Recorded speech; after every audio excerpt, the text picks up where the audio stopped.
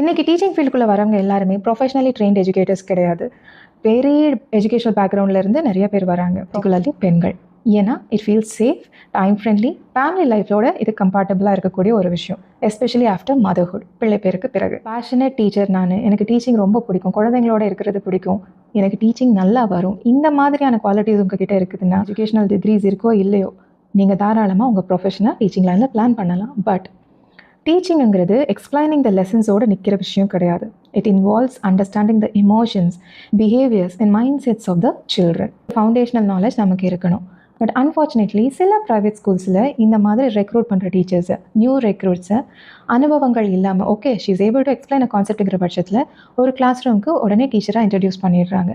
6th இருந்தோ 8th standard வரைக்குமோ நமக்கு students கிடைப்பாங்கங்கிற ஒரு எதிர்பார்ப்போட ஒரு போஸ்ட் கிராஜுவேட் இந்த மாதிரி ஒரு ரெக்ரூட்மெண்ட் ப்ராசஸில் மாட்டிக்கும் போது அவங்களுக்கு ஸ்கூல் மேனேஜ்மெண்ட் கொடுக்குறது என்னமோ ப்ரைமரி கிளாஸஸ் தான். இதனால் ப்ரைமரி ஃபவுண்டேஷனும் ஷேக் ஆகும், டீச்சர்ஸ்க்கும் எப்படி ஹேண்டில் பண்ணுறதுங்கிறது கண்ணை கட்டி காட்டில் விட்ட மாதிரி இருக்கும்.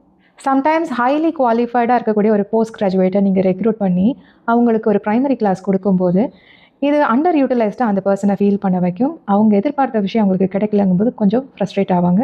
நேச்சுரலி அவங்களோட மோரலில் இது குவாய்ட்டாக அஃபெக்ட் பண்ணும். இன்னொரு பக்கம் சம்மந்தப்பட்ட குழந்தைகள் அவங்களுடைய ஃபவுண்டேஷனல் இயர்ஸ் ஆஃப் லேர்னிங்கிறது ஒரு ஏரியா ஆஃப் ட்ரையல் அண்ட் எரராக பார்க்கப்படுது. இந்த மாதிரியான ஜாப் ரோல்ஸ் கிடைக்கும் போது அதனுடைய பவுண்டரிஸையும் டிஃபைன் பண்ண தெரியாமல், தனக்கான ரோலை கேட்டு வாங்கவும் முடியாமல், அப்படியே கேட்டாலும் ஒரு சில ஹெட்ஸ் அவங்கள கன்வின்ஸ் பண்ணிடுவாங்க. ஸோ இந்த நிலையில் தெரிஞ்சும் தெரியாமலும், வில்லிங்காகவும் அன்வில்லிங்காகவும் கிளாஸ் ரூம்குள்ளே போகக்கூடிய அந்த நியூ டீச்சரோட மனநிலை பல மிக்சட் எமோஷன்ஸை கோ த்ரூ பண்ணும்.